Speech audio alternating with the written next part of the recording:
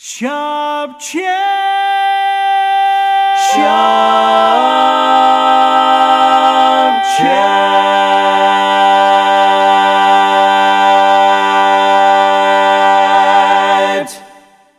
We are coming to you here from the Barbershop Midwinter Convention in the palatial Gaylord Opryland Convention and Hotel. And today we have a special treat for you here on Shop Chat. We have assembled the finest collection.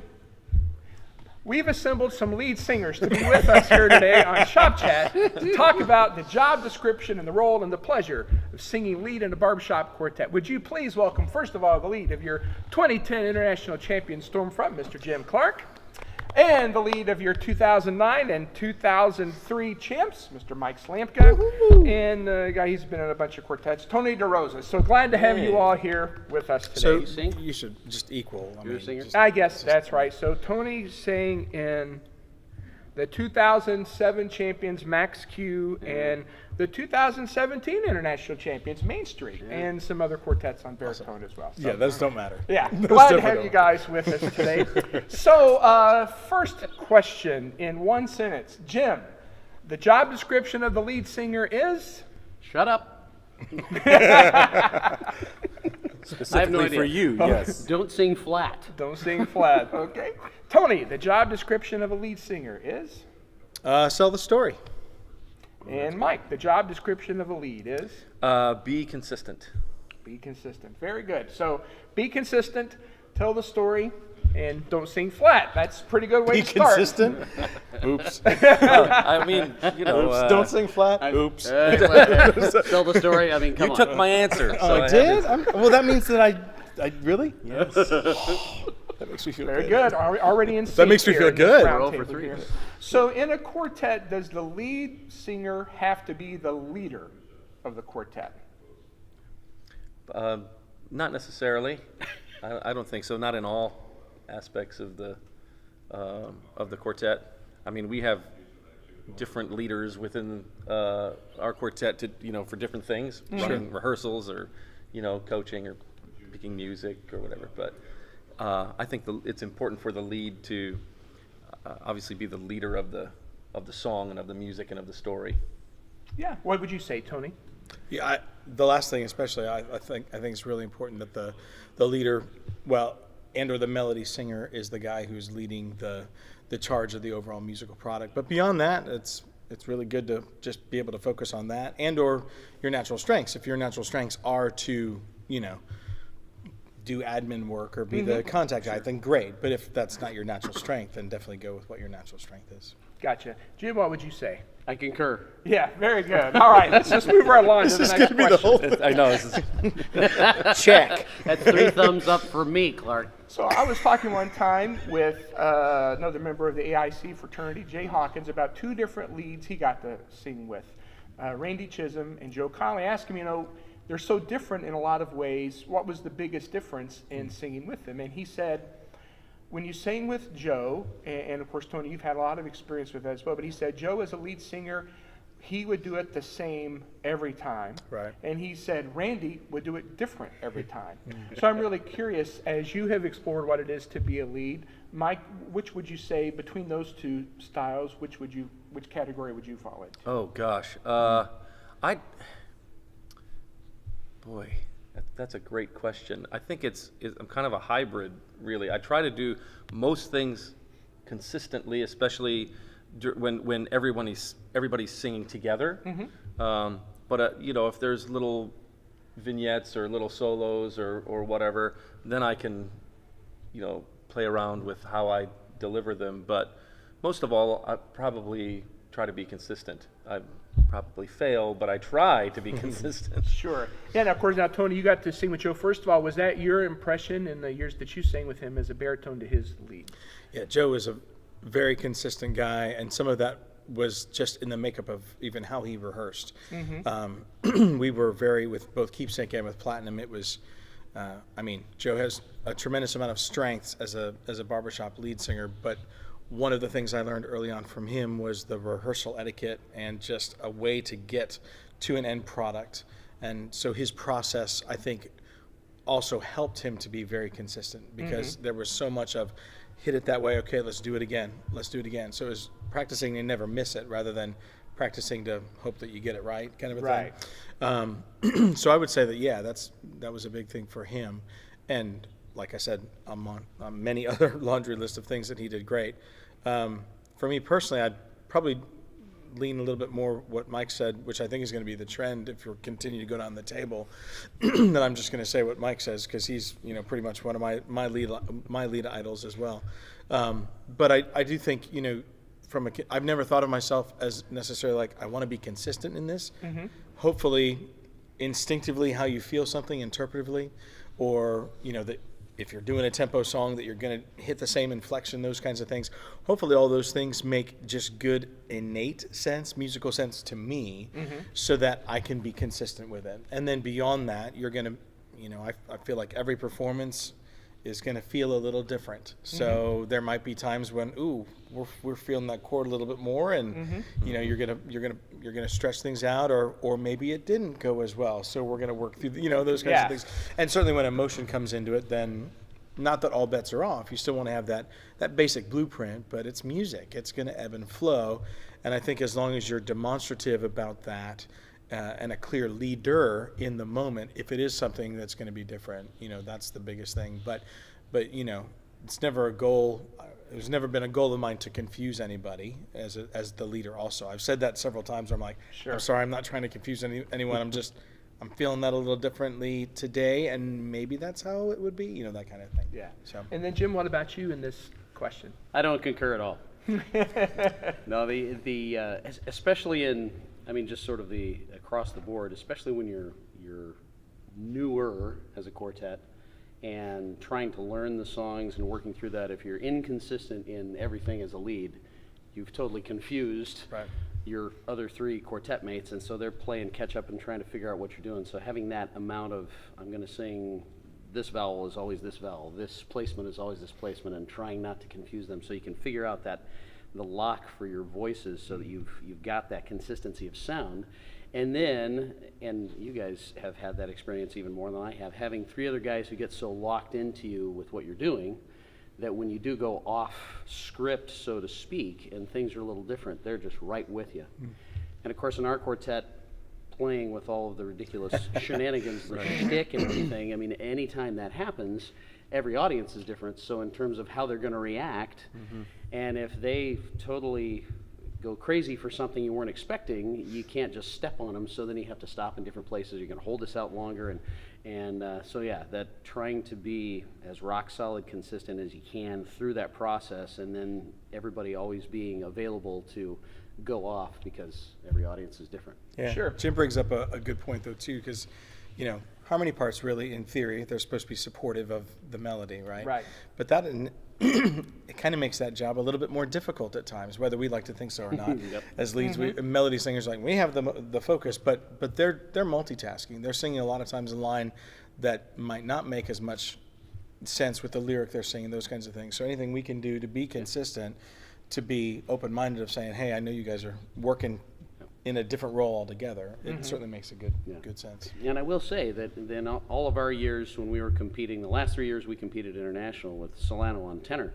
After the first year in 2008, he made it all the way through 6 songs and lost it at the very end of the 6th song because he couldn't stand, he had to laugh. And from that point forward, I warned him up front. I said, just so you know, at some point during the international contest, I am coming after you. Exactly. That's part of my goal. Totally. I'm going to be off script, so just be prepared for something. Yep, absolutely. Because it's got to go that way, and so. Yeah. Well, now that does bring up a good point about consistency as a lead. All of you have done comedic material in quartet performances, even on the international stage. But Jim, obviously, especially those last few years with Stormfront, so it's almost impossible to always do it exactly alike because you're so dependent on interacting with the audience. And I'm curious, Stormfront in its early versions was a very entertaining quartet, but when you shifted to doing all comedy, especially on the contest stage, how did that complicate your job as a lead singer? It was weird. It actually made it easier. That was part of the process for us. We were always kind of upside down in almost everything. Instead of starting with our highest score and going down, we always started with our lowest score and went up through the contest. That sort of thing. But we came to the realization that we were holding on, psychologically, we were holding on too tight And we found that we were actually doing all of the singing stuff better when we were just kidding around, being ridiculous, being silly. So actually all of our singing stuff got better the less we tried to focus on the singing stuff. And it was phenomenal. Growing up, going to all those contests, watching Fred ad-lib new stuff they put in backstage and thinking, how in the world can you ever get to that point where you're comfortable enough to do that? And then finding myself in a quartet where we were doing that and didn't even realize it until we're about to go on stage international and saying, wow, we just changed that backstage. what is wrong? And it's kind of that 10,000 hours, kind of thing. If you do anything enough, you just get so comfortable with it that now it's, all bets are off. Just throw caution to the wind, go out there, entertain the audience because you've worked hard enough on the technical aspects that you don't have to worry about that. Just go have fun. Gotcha. For sure. Now, Mike, I'm curious for you in Power Play, of course, you're singing with your dad, who's very lyrical bass. Then in Crossroads, you're singing with Jim Henry, this very big, booming bass voice. So as a lead singer, how much did you feel like you had to adjust to the bass sound versus how much did you expect those two different basses to adjust to you as the lead? Well, Power Play was the first quartet that I sang lead in because I was a tenor when I first started, and so I was still, early part of Power Play, I was still learning how to sing lead. And so I really wasn't aware of, how I fit in. I was just focusing on me and trying to get better as a lead singer. But I will tell you that when Crossroads first got together, we sounded terrible. We get, all four quartet guys coming from different quartets, and we got together and thought that we're just going to do what we do, and it's going to sound great, and it was not at all. And so we were doing a show in Cincinnati, and Jim said, "Hey, we need to go see Gene Barford," because he had just saw Gene coach Jim's wife's quartet and said, "I think this is what we need." And probably 80% of the coaching session was just Jim and I, and changing, to kind of meet in the middle, our sound. And so I felt like I had to come back into the quartet sound. In Power Play, I felt like I was out front of the sound, but I felt comfortable enough in Crossroads to kind of back into the sound a bit and use a lot more resonant space, and then of course Jim had to change, and so I think we all changed, but mainly Jim and I. Gotcha. I gotcha. Now, Tony, one of the things that I'm interested in your experience as a singer, we were joking about all the fantastic quartets that you've been in, but you also have this enormous singing life outside of barbershop, doing non-barbershop things like with Voctiv and other ensembles that you've been a part of. And I'm really curious, what are the tools that you've gained from your non-barbershop singing that have made you a better barbershopper? And then what are the tools you got as a barbershopper that you were able to bring to bear on your non-barbershop singing? Gotcha. I'll go the other way first. The barbershop stuff that I feel like has really helped me that was the bell, by the way. That was wow. You guys are no, the barbershop side of things. There it is again. So maybe that means I shouldn't answer this question. No. No. We're live here, ladies and gentlemen. This is live TV. I think the stuff in barbershop that's helped me all the time has been, the blending skills that you learn from barbershop, the tuning, the fine tuning, in order to really, really make sure that, every interval you sing is where it needs to be, is really, really important.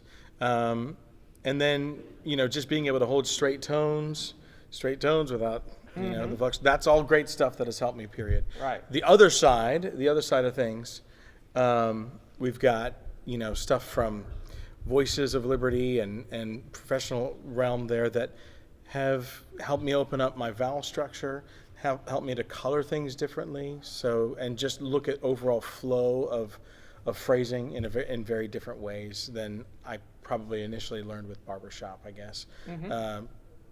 I don't think I would be nearly as successful or even have an inkling to even want to sing lead if I didn't have those other I see. experiences along the way. Yeah. Because, I started in barbershop as a baritone harmony part singer, and I've always loved that. That's what I wanted to do. Right. But the other stuff outside of barbershop really helped me realize that, it's much more about emoting the song, the lyric, and the soloistic side of whatever you're singing. So it probably enhanced my lead singing in a lot of ways. I would like Sure. to think. So there's probably going to be people who watch this who have either sung harmony and have always thought, well, I'd like to try lead, or they've sung lead and thought, I wouldn't mind trying another part. So Tony, you've obviously sung baritone as a hero of many of us in the society want to be baritones, and Mike, you've done baritone as well, and also tenor. Mm-hmm. And Jim, I know you were a tenor in your college quartet.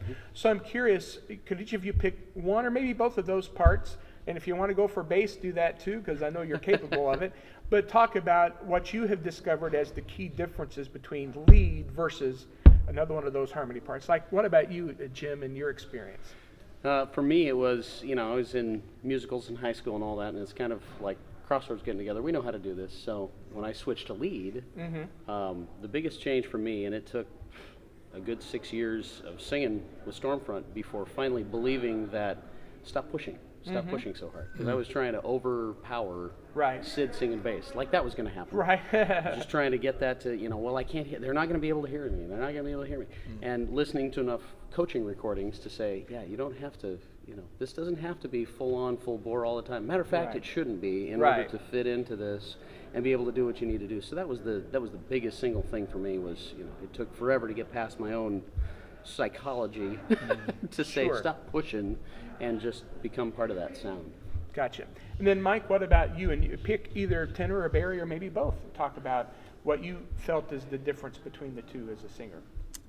Yeah, well, from tenor to lead, I mean, I was young singing tenor, and so it was just kind of a natural thing, joining barbershop when I was 10, and that's where my range was, and but I think that it's very similar to what Jim talked about. When I started singing lead, I would lose my voice halfway through a rehearsal, and just because I wasn't singing correctly, I thought the lead had to, and so I was pushing, and and so it's really, I think that the transition is learning how to do all the things that Tony was talking about being the leader and delivering and without pushing or doing something poorly with respect to vocal production. And singing baritone, which that's my favorite part. I love singing baritone. I feel like I can be more like a chameleon, and I can push and pull a little bit, where lead singing, I feel like I have to be on all the time. Sure. Yeah.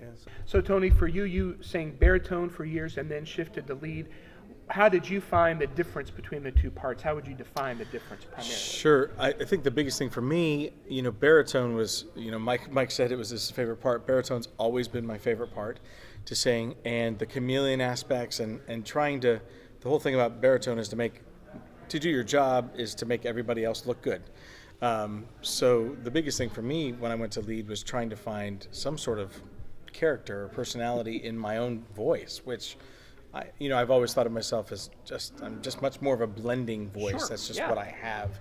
I don't have natural character in my sound like the other guys at the table here, or certainly not like the reference point that I had, which was Joe Conley, probably the most characteristic lead sound in our society, So those were the things. And then I'm singing in my first quartet as a lead with 3 monster characteristic sounds, and Jeff Oxley, who is, other than Jim, probably one of the more characteristic basses that is in our society, and Gary Lewis, and Greg Clancy, who has a very unique tenor sound. So I'm like, I'm the least characteristic sound here, and I'm singing with these beasts, So it's not that it was a lot to overcome. It was just like, I was like, wow, I really have to find ways without pushing, without singing loud, all those things, to find an identity, so that I could have some sort of a character to my sound. I'm not sure that I really did that in that quartet.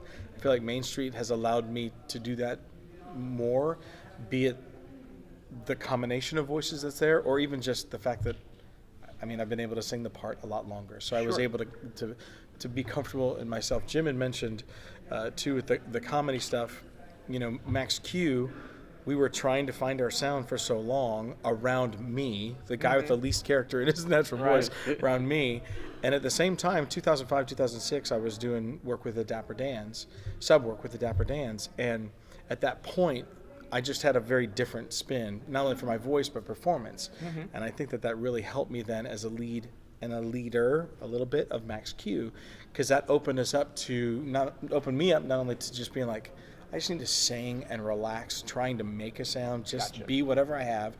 But then also even just from a performance element and performance standpoint, just being okay with, you know, mistakes that would happen or having fun on stage, and just whatever was going to happen was going to be out there, you know. Right. So it really shifted things for me, and then it helped me then, I think, also with Main Street and other lead singing. Sure. Plus, in Keepsake and Platinum, you got a lot of features and solos, even as a baritone, so you kind of already had your taste of what it is to be taking the lead. For sure. But even so, with the things that I was featured with in Platinum and Keepsake, they were more mixy, kind of light, you know, songs, which is something that I feel fits my voice very well. But they weren't like, ta-da! I mean, they were iconic pieces in themselves, and I just had to not mess it up. I didn't necessarily have to put my own characteristic spin on it, which you have to when you're a lead. Right. You have to have your own identity in order to make Now, it Mike mentioned a minute ago that in Power Play, he felt like the quartet sang into him, and then with Crossroads, he had to kind of back up and sing into that sound a little bit. Did you go through the same transition, just going from baritone to lead in general, in your mind? Oh yeah, for sure, without a doubt. And you know, any combination that you sing in is going to offer different, you know, it's going to give you different things, and you just have to be, you know, open to adjusting or fitting in or not fitting in, if you will. Like I said, with Max Q, it was just weird because I was stepping into this very characteristic sounds. I'm like, I'll just sit back here and just hang out. And you guys, you know, I'm okay to just do whatever. But so that was a big transformation, and not that the other guys were like anything other than supportive of me finding myself. It wasn't that. It was a lot. It was a lot to take in. I feel like with Main Street, you know, kind of opposite of where you were. I felt like with Max Q, I was able to. My identity was more in personality, literal performance personality, rather than vocal personality, you know. And I was able to settle in. Whereas with Main Street, I think just again because the combination of voices, I've had to tax myself to have more leadership personality just in the sound, in the music to get out there. So Jim, as somebody who's done tenor and lead, well, which do you think is the smarter way to go? Start lead and then shift to tenor, or tenor to lead, or like what are some of the things you took from singing tenor to help you sing lead? Yeah, probably the greatest thing about switching from tenor to lead is all that high stuff for all those years. And again, I started, I mean, like these guys, I was younger than 10 when I started singing and joined like 10 or 11 years old officially. So, and again, it took me too long before I was adding that, but knowing how to sing in your head voice and put everything way up there where it should be and sing those high things. And so it made it a lot easier to sing all those crunchy chords against a tenor part because you know what that part is like. Right. Similar, the experience of saying, get out of the way, right? Get back into the sound of the quartet, to be able to understand what it is to sing a harmony part. It's a lot easier to harmonize when you're the lead if you've actually had that experience. So in some ways, it's harder if somebody's only sung melody and then they're shooting off to a harmony part. They're trying to sing the harmony part like they're the lead. Yeah, right. That can be a hard psychological switch to say, no, you have to feed the sound of the quartet rather than it's 3 and 1. Yeah. But again, I would say it's probably hardest to go from melody to harmony rather than harmony back to melody. But yeah, it's that since I haven't officially sung baritone and certainly haven't sung bass officially. Oh, that's it. It's my call. It's coming in. Your invitation there it to is. sing bass right here. Finally, That was for the Yammy. That's right. I think there's a quartet in Florida I'm going to join and sing bass in. But yeah, that high stuff that you have to sing as the lead, that's invaluable to have that. Great. So let me just keep on this train of thought. As the lead, your number one wish for your tenor, as the tenor of your lead, is to sing in tune. Tony, your number one wish for your baritone as the lead is for your baritone to Duet with me. Your number one wish for your bass as the lead is for him to Oh gosh. Now we're gonna So hear many it. things. There we go. So Line many down. things. I mean, Careful. well, Joining actually, us on the You line got me. is Jim Henry. No, exactly. No pressure. You got your dad or Jim Henry. That's right. Is there what's under door number 3? no, I would say actually, really, the number one thing for my bass, like Jim, I want him to continue to drive the sound, so that I don't have to Right. feel like I have to do that. He's the engine, you just Yep. drive the car. Yep. Then. Okay, great. So, curious. Nice cover, man. Yes, all of you are sort of barbershop brats, Post- but you love other styles of music. Mike, who would be the singer out of barbershop that has influenced the way you think about lead singing the most? Ella Fitzgerald. Nice. What about her style of singing? Oh gosh, just the colors that she uses and just her style. I think she's one of the greatest of all time. So, that's Very good. Tony, how about definitely- you? I don't have one. Uh-huh. No, Barbara Streisand, similarly, just because of her word coloring and so forth. But then my biggest influences of late, as soon as I heard you say that, was David Phelps, and even Michael Bublé. Just, very different stylistic approaches, obviously, but soloistic qualities that are, yes, in the natural colors of their voices, but also what they do with words and lyric lines. Great. Jim, how about you? Yeah, and same deal. I mean, picking one is darn near impossible, and of course you got all the different genres, and from Pavarotti to there's just incredible things to choose from. Love Bing Crosby. I mean, Yes. so smooth, never pressing, never pushing, so lyrical, beautiful, gorgeous. But the one that had jumped to mind when you first brought that up was Nat King Cole. Because that was the first time I think consciously listening to a recording and saying I can see the emotion on his face through what I'm hearing, Yeah. because it's just so genuine, real. This is not trying to make a perfect in-tune recording that we're worrying about that. This is, whether in the studio or live recordings of him, it's that same kind of thing, that he is selling the story like nobody's business, and that comes through hearing it rather than seeing it. And it's Great. incredible. And then we'll just flip the same question to the world of barbershop. Barbershop lead that has influenced the way you want to sing lead the most.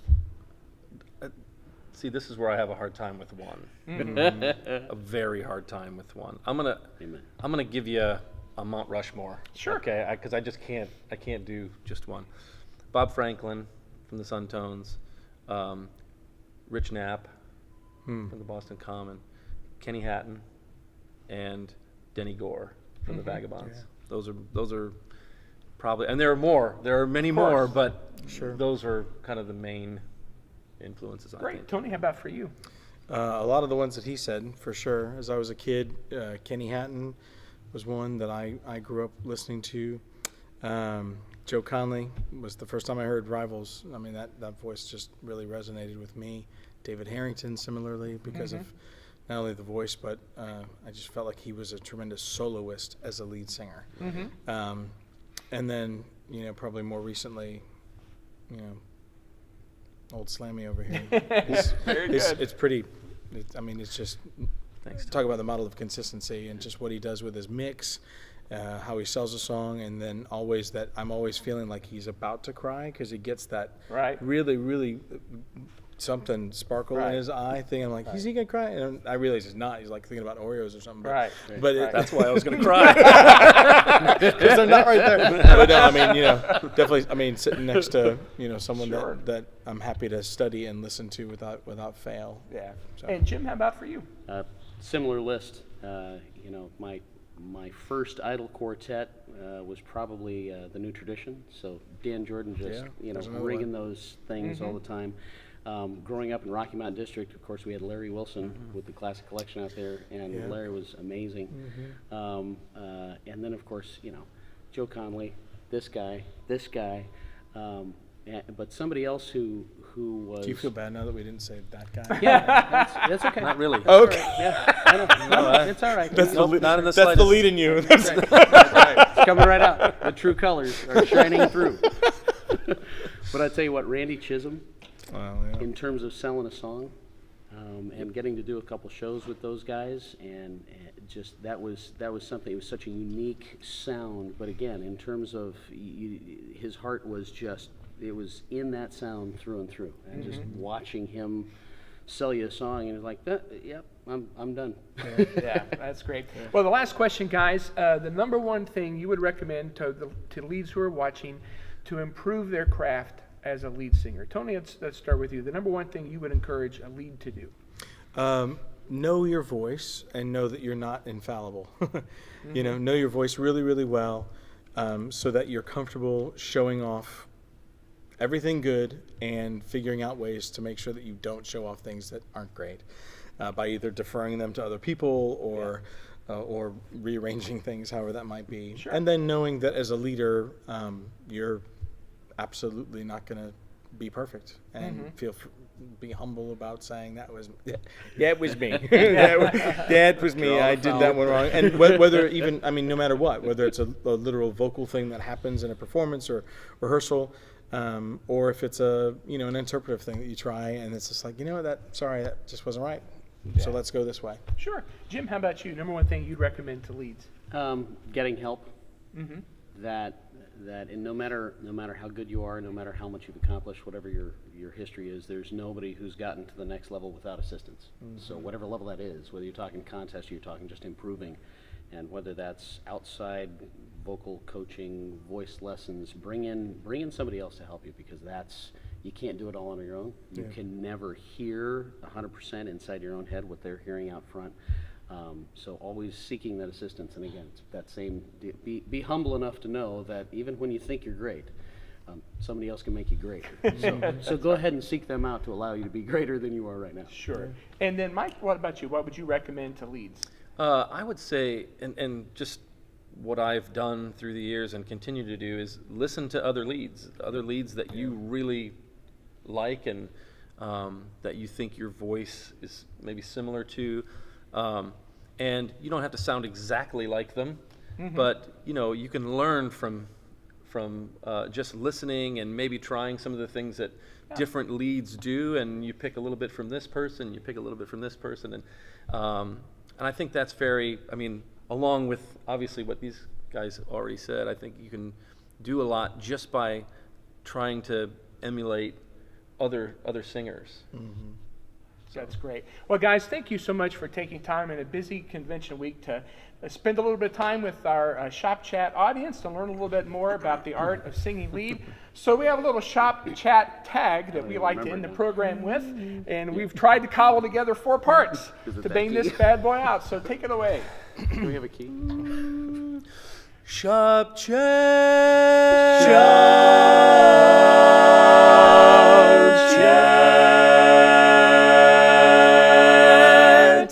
And I guess that means I owe you $20 and you 40 and you Nothing. Sing with the chairs. Installment plan. Okay. All right. Well, guys, thank you so much for joining us, Shane. and thank you for tuning in on this exciting episode of Shop Chat. Exciting. It was exciting.